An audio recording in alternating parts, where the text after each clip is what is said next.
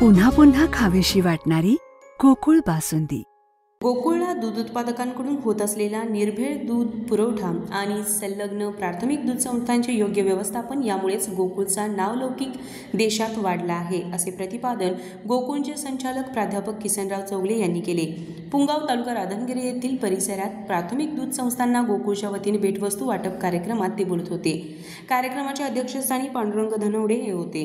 दूध व्यवसाय किफायतशीर होण्यासाठी दूध उत्पादकांनी नवनवीन तंत्रज्ञानाचा अवलंब करावा, असे आवाहन प्राध्यापक चौगले यांनी यावेळी केले।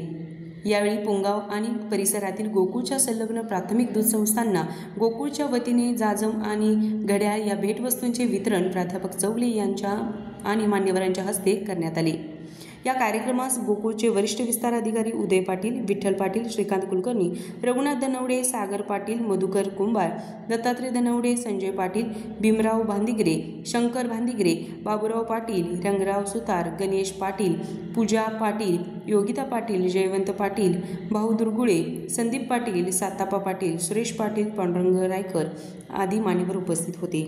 स्वागत सागर पाटील यांनी केले तर आभार युवराज बर्गे यांनी मानले। आरके न्यूज प्रतिनिधी राशोडे। फ्रीजमधून श्रीखंड काढ ना। आम्ही पूर्वी घरीच बनवायचो श्रीखंड, त्याची चवच वेगळी होती। आता काय सगळं रेडीमेड।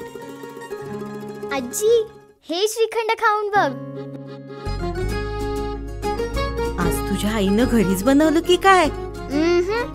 हे आहे गोकुळचं श्रीखंड। अगदी जिभेवर रेंगाळणारं। जिभेवरच नाही तर मनावरही रेंगाळणार। गोकुळ श्रीखंड, मनावर रेंगाळणार। ताज्या बातम्यांसाठी आरके न्यूजच्या YouTube चॅनेलला सबस्क्राईब करा आणि बेल आयकॉन प्रेस करा।